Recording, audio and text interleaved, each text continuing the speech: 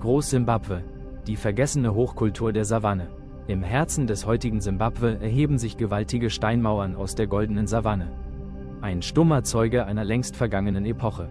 Millionen von handbehauenen Granitblöcken wurden hier millimetergenau aufeinander geschichtet. Völlig ohne Mörtel, allein durch vollkommene Balance und das schiere Eigengewicht der Steine gehalten.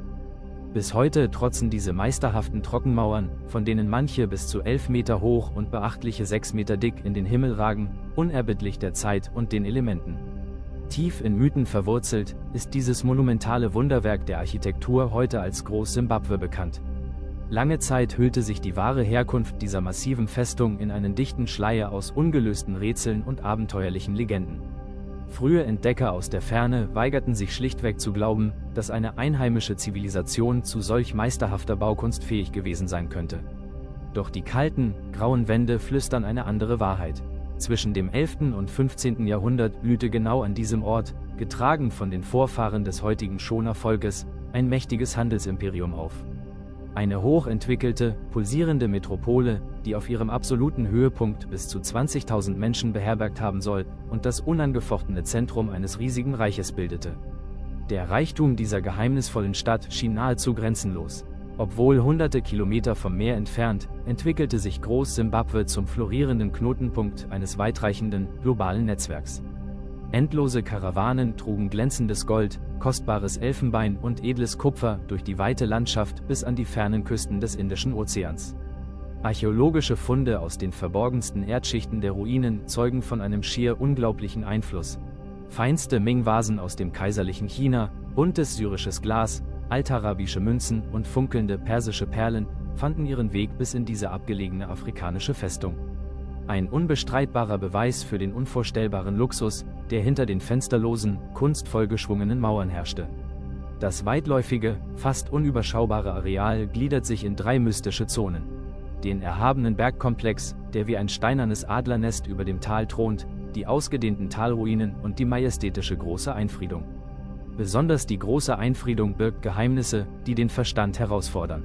Ihre gewaltige Außenmauer erstreckt sich über 250 Meter im Umfang. In ihrem fast labyrinthartigen Zentrum ragt ein massiver, konischer Turm über 10 Meter hoch in den Himmel. Völlig massiv erbaut und ohne jeden sichtbaren Innenraum, gibt sein wahrer Zweck der Wissenschaft bis heute Rätsel auf. War es ein überdimensionaler Getreidespeicher, ein astronomisches Observatorium, ein phallisches Symbol königlicher Macht oder ein Monument für längst vergessene Götter? Die Felsblöcke bewahren ihr eisiges Schweigen. Bewacht wird dieses steinerne Herzland von mystischen Gestalten, den weltberühmten Specksteinvögeln. 8 dieser kunstvollen Skulpturen, teils fast einen halben Meter groß und auf hohen Säulen thronend, wurden in den Ruinen entdeckt. Sie vereinen auf wundersame Weise menschliche Züge mit denen von majestätischen Greifvögeln. Höchstwahrscheinlich stellten sie spirituelle Boten dar, welche die Bitten der herrschenden Könige zu den Sternen und den Ahnen in den Himmel trugen. Sie saßen auf den Zinnen der Macht, beobachteten das rege Treiben auf den Marktplätzen und sahen schließlich den unausweichlichen Untergang kommen. Denn auf dem Zenit der Macht verstummte das Leben fast schlagartig. Im späten 15. Jahrhundert begannen die Bewohner, ihr architektonisches Meisterwerk für immer zu verlassen. Was trieb Zehntausende dazu, ihre schützenden Mauern aufzugeben und in die Ferne zu ziehen? War es eine gnadenlose, jahrelange Dürre, die die Lebensadern der Flüsse versiegen ließ? Waren die Weidegründe für die riesigen Rinderherden erschöpft, der Boden ausgelaugt oder versiegten schlicht die wertvollen Goldadern in den umliegenden Minen? Der trockene Savannenwind flüstert leise durch die engen, schattigen Gänge und streicht suchend über den rauen Granit, doch die wahren Gründe für den Untergang dieser afrikanischen Hochkultur bleiben tief im Staub der Jahrhunderte verborgen. Ein steinernes Enigma, das ungelöst in der ewigen Stille ruht.